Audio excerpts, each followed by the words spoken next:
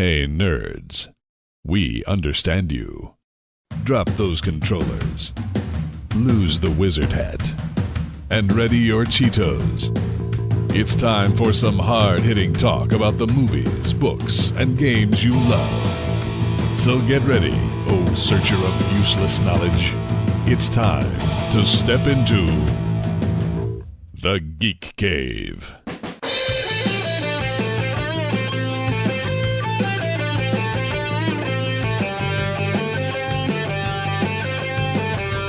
Now, broadcasting from a top secret and totally awesome hidden base, I'm Ken Harris, and here's Darren Wright, Justin White, and Chad Savage. Drop your quarter, it's time for Geek Cave Podcast Gaming. I'm Darren.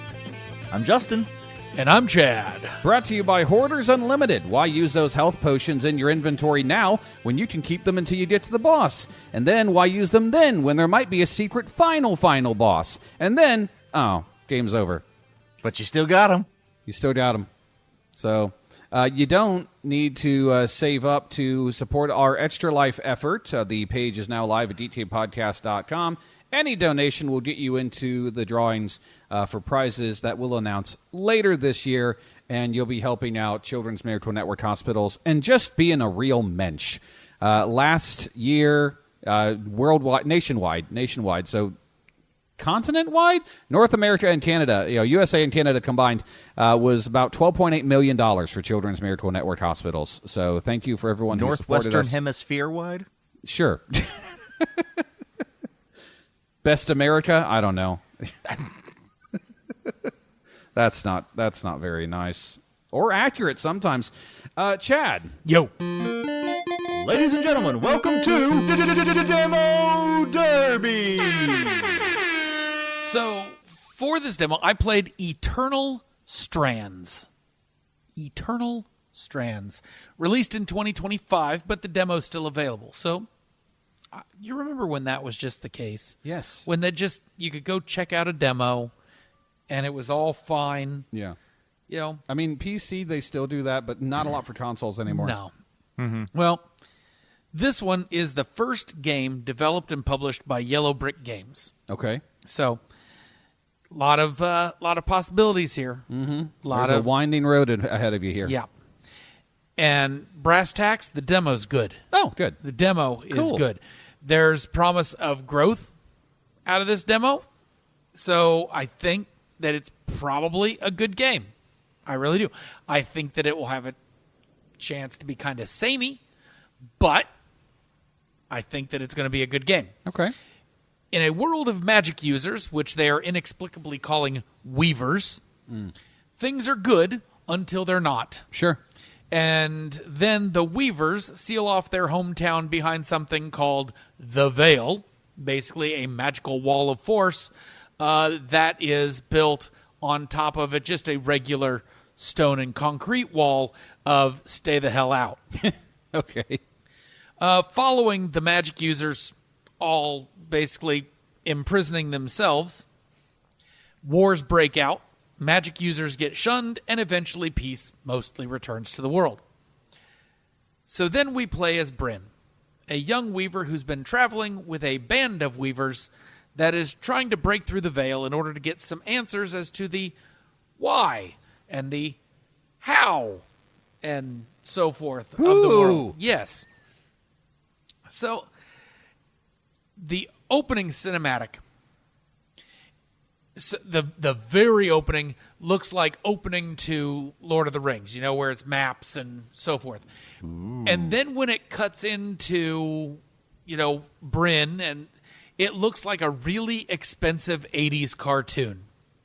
Kind of that slightly realistic cell shading that you can tell that most of the things aren't actually being animated, but they're bouncing around. And it looks good. Okay. It looks fine. Right. And then it shifts into that visual novel style of game art for conversations and exposition between the characters. Person here.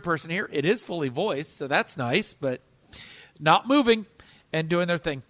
And when we finally take control of Bryn, the art style shifts again to Ratchet and Clank, basically like full-on, colorful, 3D, beautiful, though still vaguely cartoony. Yeah. Like the world is realistically created, but it is that kind of bright, art world that you're put into. And you're allowed, then you go. And you're in a pretty hallway because it's a demo. Sure. I think it probably will break out into a open world a little bit later, but for now, it's a pretty hallway, but it's a tutorial. I'm giving it a pass. We learn to fight, use magic, run, sprint, jump, etc. And all of these things are a little clunky, especially when the combat begins. It works, it's serviceable, but it's a little clunky. Over the course of the game, I'm assuming I'd get used to it. It'd become second nature. But early on in the game, they mash square to attack is good. Yeah. Use R2 for shield, fine. The problem is the magic. And after a while, they want you to use magic even in combat. For puzzles, it works fine. But you have to push the L1 button to choose that you're going to use magic now. Then you need to hold the R1 button to charge up the magic. And then you need to aim the magic with the right stick. And then you need to let go of the R1 trigger only so the magic will go off, because if you let go of the left trigger as well, then the magic just cancels. And it's like that in a combat, it doesn't work great. Was this designed by someone who thought the N64 controller was for people with 3 hands? Maybe. Okay. Maybe. And I wonder if there's not later on like a quick way of doing it, but I think it's meant to be used with like the PlayStation Move, where you actually do like Doctor Strange gestures with your hands. Maybe. And honestly, that would be kind of cool. Yeah, that would be badass. Yeah. The game is drawing its inspiration from a couple of primary sources, one of which I get right away. The other one had to be explained to me. So the one that I get right away, Shadow of the Colossus. Okay. You have a stamina bar that goes down, as you sprint, as you climb, and you can climb pretty much any vertical surface. Okay. You just go after it. And the boss fights in this thing are gargantuan things that have a weak spot that you have to stab. Right? Yep. Very Shadow of the Colossus. Very Shadow of the Colossus. The other game is Breath of the Wild / Tears of the Kingdom. I didn't see it because my weapon didn't threaten to break. And I will never forgive that game for doing that. It's the environment system. Areas of cold or heat that can damage. You've got to adapt, but yeah. that can also, you can utilize for combat for yourself. So you can use, in this demo, you've got both, you've got telekinesis and you've got ice powers. And you can use those ice powers to make bridges. You can use them to put out fires so that you can walk through. You can use them to make little platforms to stand on. And you can use them to freeze an enemy in the midst of it if you can manage to aim it and get it to go off correctly. This is definitely worth the demo. It's probably worth a rental to check out the whole thing. Or if you've got, I think it's on Windows as well. So it's one of those, if you see it on a Steam sale, probably pick it up. Because as a very first game from this developer and publisher, I'm real interested to seeing where they're going from here. So Okay. Awesome. That's where it's Nice. All right. Justin. Hi. Look, I'm done asking about the data usage. I don't need to know.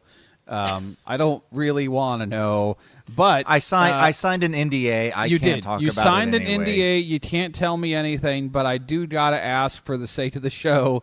Have you been doing anything on Reddit lately? Yes, I have.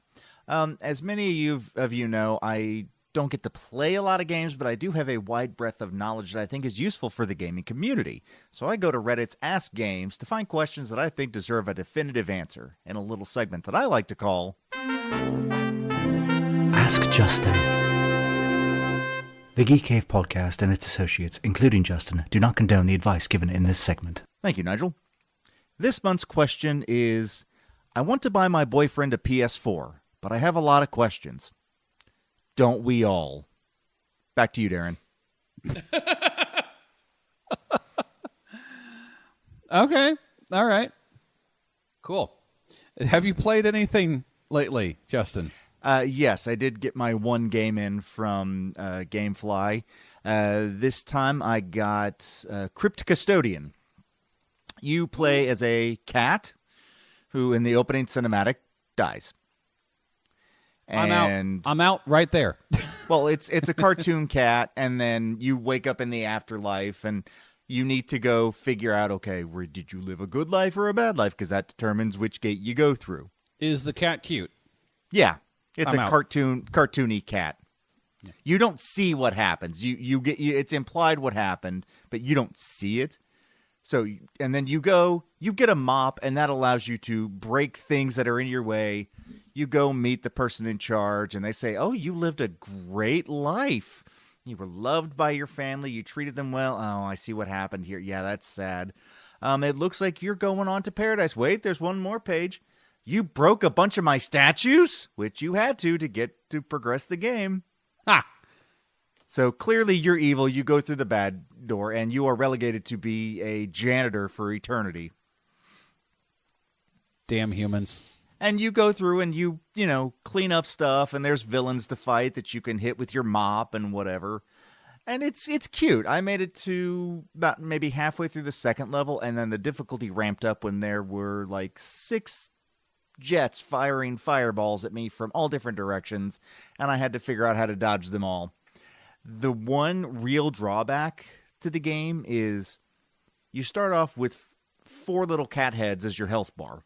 You get hit once, one cat head kind of disappears. It's a meter as opposed to a health bar.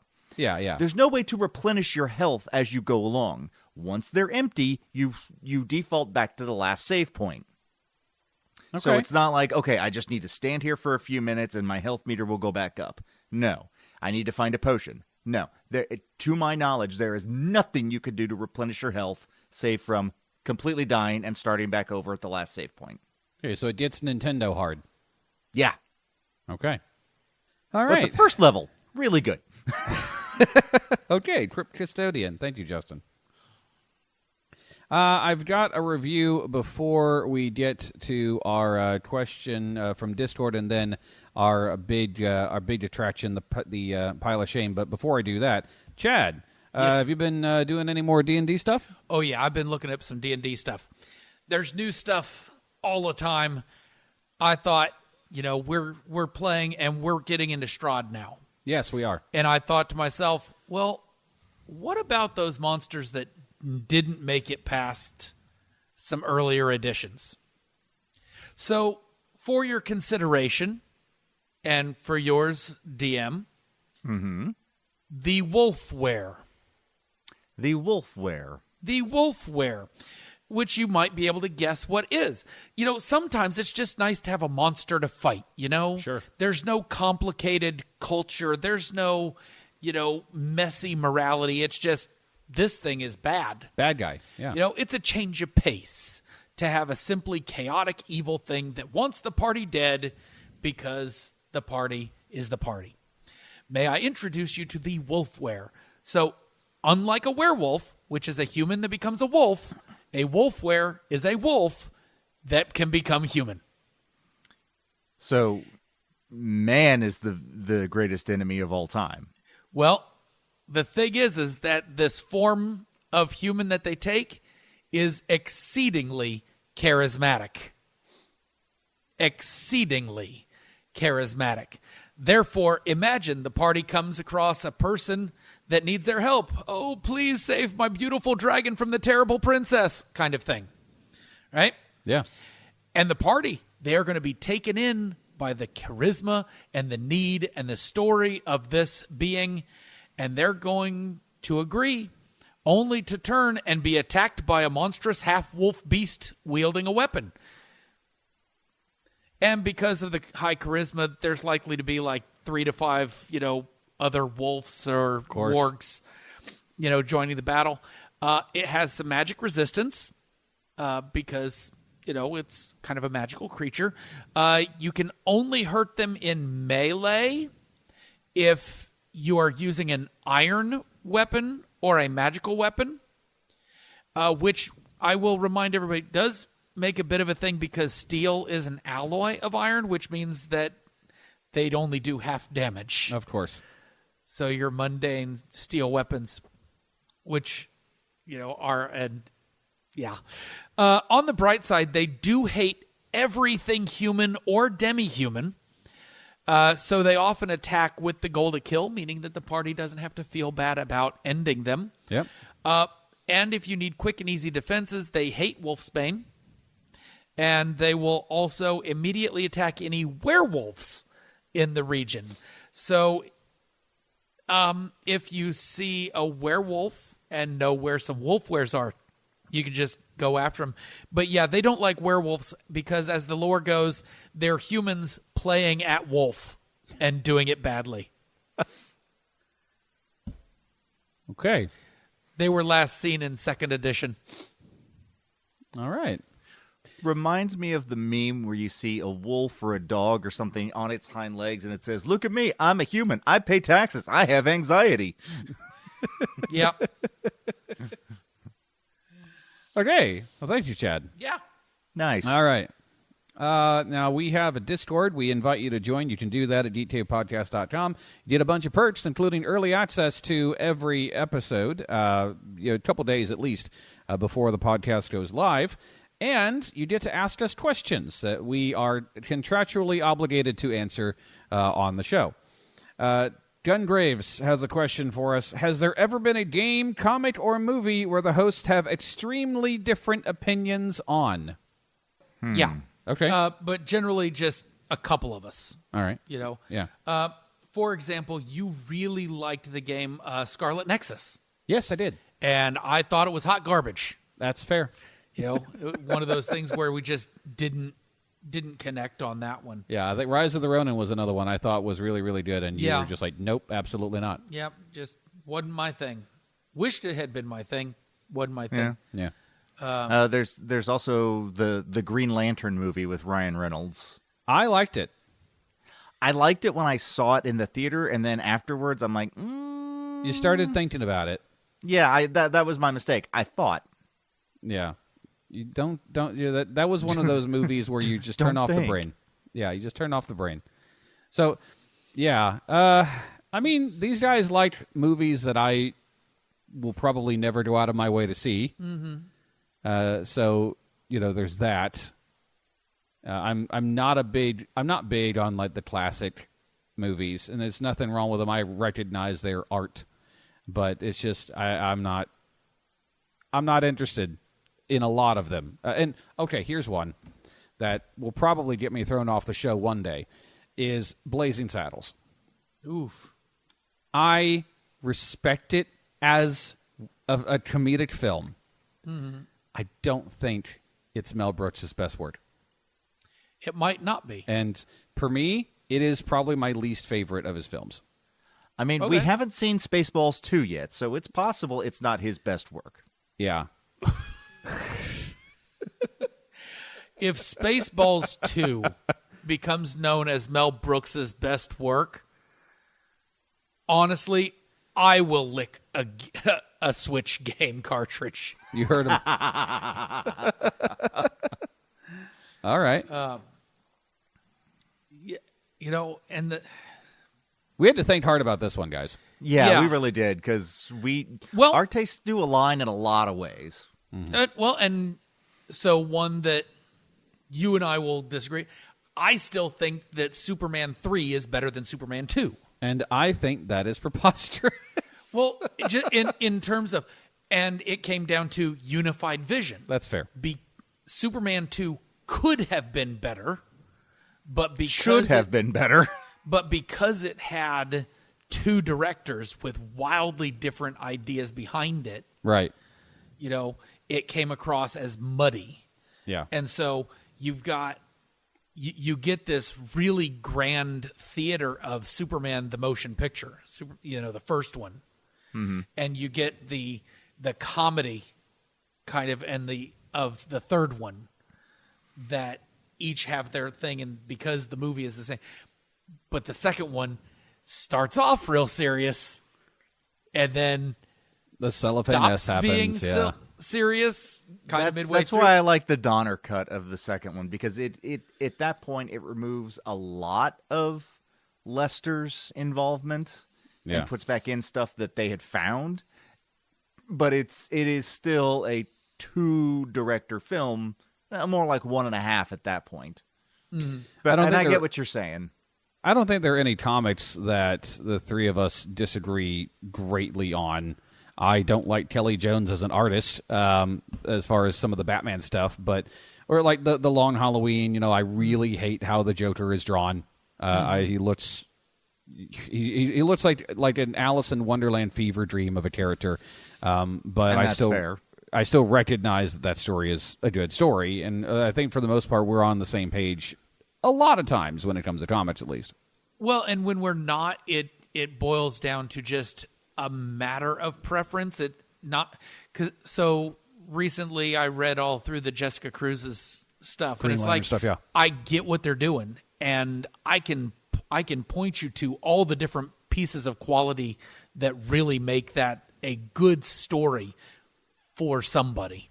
Just not for you. But not for me. That's fair. There's nothing wrong with it. Yeah. Just not my vibe. Yeah. So, I mean, and it helps that the three of us are really good friends and have been longer than we've been doing the podcast. Chad doesn't like Mario Kart. That's true. I also don't like Smash Brothers. I mean, I think I'm the only one of the 6 that liked Smash Brothers. Well, just in terms... Yeah. I don't really like a lot of Nintendo properties. There you go. Anymore. There was Mario 3, and then everything went downhill. Oh. See, I think Super Mario World is much better than Mario 3. I didn't have a Super Nintendo. That's fair. Yeah, I tend to agree with Darren. Mario World is better than Mario 3. In terms of Smash Brothers, my son likes it. So the next time we all get together and he wants to play, show him no mercy. Well, I did that once, and then he wanted to be partners. So, yeah. No one will play Smash with me. Anyway, great question, Gungraves. And of course, if you have a question for us, you can always ask us. Join our Discord. It's stupidly easy. We've got the link right there at geekcavepodcast.com. Got a couple reviews for you, unless you guys played anything else. No. Nope. I've been playing Ghost of Tsushima. Got it for Christmas. It's really good. Awesome. One thing I got for Christmas, Trails in the Sky, first chapter. We did a little bit of a gameplay of this on our Twitch channel. And as you know, Twitch only holds on to videos for like 7 days. You can find that now on our YouTube channel, which, again, you can find at geekcavepodcast.com. Trails in the Sky is made by the people behind the Ys series, or Wise series, however you pronounce it. It's Falcom Games. Art style is very similar, and I know that this is like a long-running franchise, so this is kind of a remake of the very first entry in that. So I'm like, great, ground floor. I've seen some videos. Looks like it's pretty fun. Real-time combat and all that stuff. The real-time combat bit is very misleading. Every major fight, boss fights or whatever, you're forced into a turn-based combat, so it's like a JRPG almost. The good thing is the combat's still pretty fun, and I went through a period where I didn't really like turn-based games as much anymore, and now after Expedition 33 and a couple others, I find myself getting back into, all right, because you're forced to think strategically, that kind of thing. You know, if I do this, they're going to do that. What do I do in place of that? The characterization is fun. I've pumped 40 hours in. I'm almost done with it. Ooh. Which is pretty standard for like an RPG, really. It's cartoony. My gaming laptop is running on a graphics card that's about 5 years old, and I've had no problems whatsoever. 60 frames per second. It's beautiful. And this game just came out on like the PS5 and the Switch too. And so like it's whatever they did to optimize it, they optimized it really, really well. So I would recommend watching the video on our YouTube channel. But as it stands, I've got just a couple things left to finish the game. It's going to be an A for me, dog. Trails in the Sky, first chapter. Chapter 2, the second half of the two-part game, comes out this fall. And I'll probably pick it up on Steam, which is where I got the first one. Nice. Cool. All right. That is that. Kent! It was created by a madman. Ignored and rejected. Every week it grows. We cannot kill it, for it does not live. Step fast and be wary, or you may fall victim to Darren's Pile of Shame.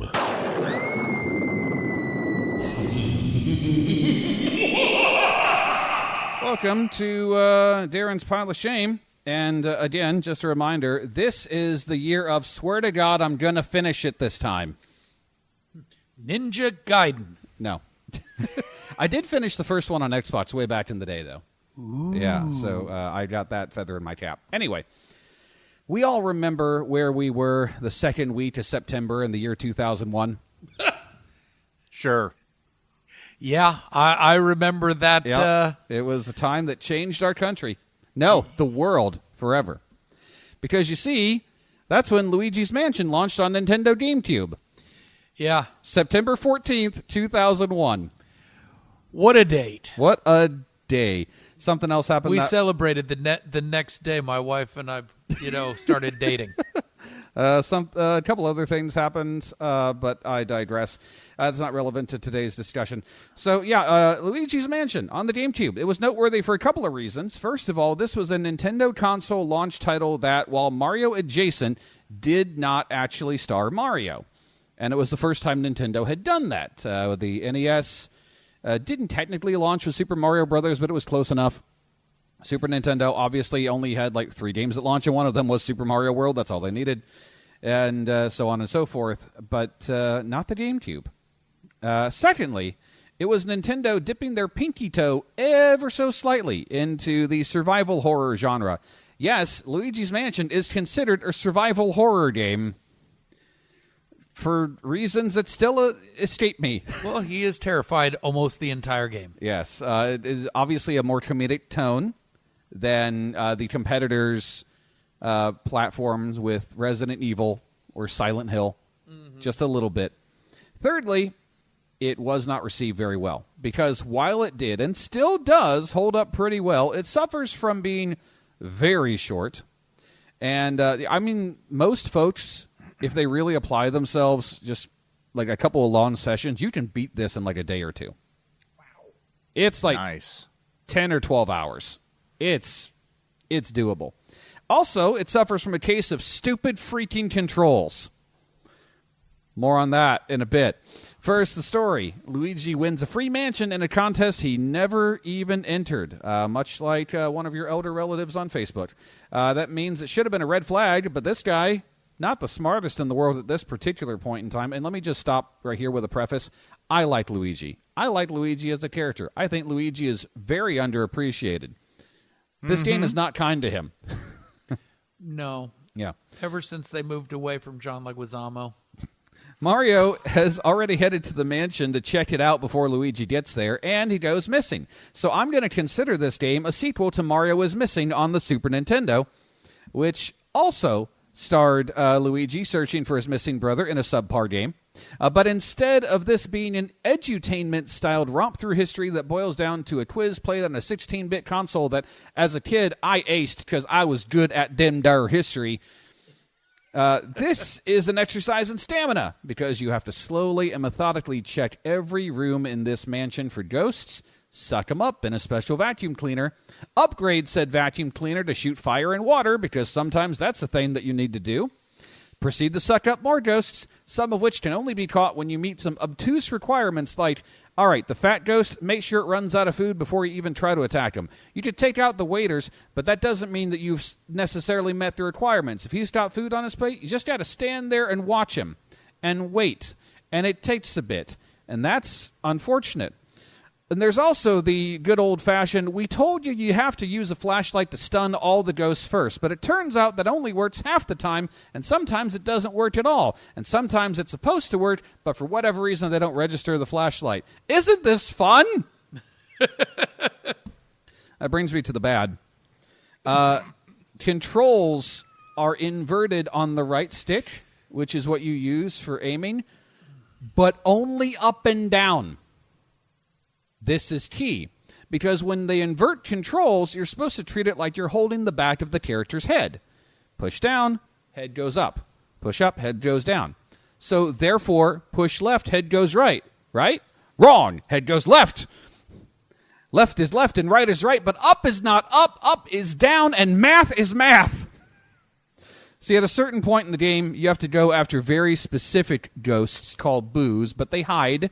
And so you have to basically bang on every surface in a room whenever your Game Boy Horror, nice name by the way, Game Boy Horror, I like that, it signals when a ghost is nearby. And sometimes it makes it look like Luigi is humping the sofa. But enough about modern politicians. It's also slow. Well, Luigi is anyway, but the ghosts are not. This makes a lot of encounters really difficult. It also makes trudging through the same mansion rooms over and over quite a pain. So you've got a ghost that's going to disappear in 5 seconds. He's moving to the right, but he's also going up. So I got to go down on the right stick and left. No, right. Damn it, I missed it. I got to start over. Let's just say they fixed the controls for subsequent releases, Luigi's Mansion 2 and 3. But if you want to play the original, it's available on the Nintendo Switch online expansion pass for Switch 2 on the GameCube app, or you can be a sucker like me and have the original on GameCube still. Soundtrack is fun, so there's that. The visuals still hold up pretty well. I mean, this is the era of gaming where once you get to the GameCube and beyond, visuals are still pretty good. You know, I mean, you can tell they're slightly showing their age, but for the most part, visuals are good. So that's a plus. But I can't play this game for more than a half hour at a time before I want to do literally anything else. So the good news is you have plenty of opportunities to save.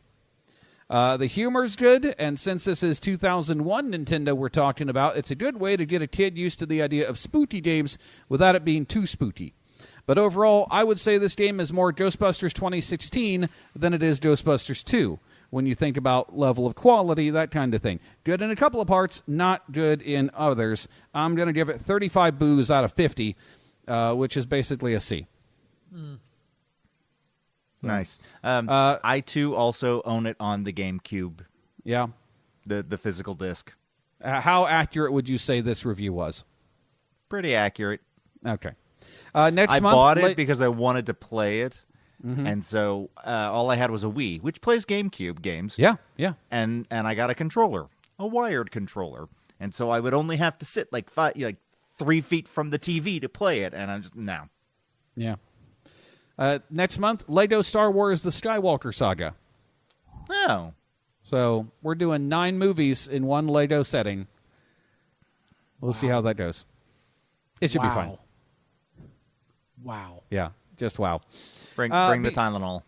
Yeah, so anyway, that's it for the gaming segment. Be sure to listen to our other podcasts, including Comics, which went up yesterday, Movies, which goes up tomorrow if you're listening to these in order of release. There's also You Want Me to Watch What? The Week 3 podcast, the occasional TLDR. We've got content on Twitch as well as YouTube. You can find links to all that, plus our social media and our Discord at geekcavepodcast.com. This month, I am signing off with the names of some of the boos that you have to catch in Luigi's Mansion. So for Kent, King Boo Harris, Justin Boolicious White, and Chad, Mr. Boojangles Savage, I'm Darren Wright reminding you that a group of boos together is called a boolossus, and also that everyone is a geek for something.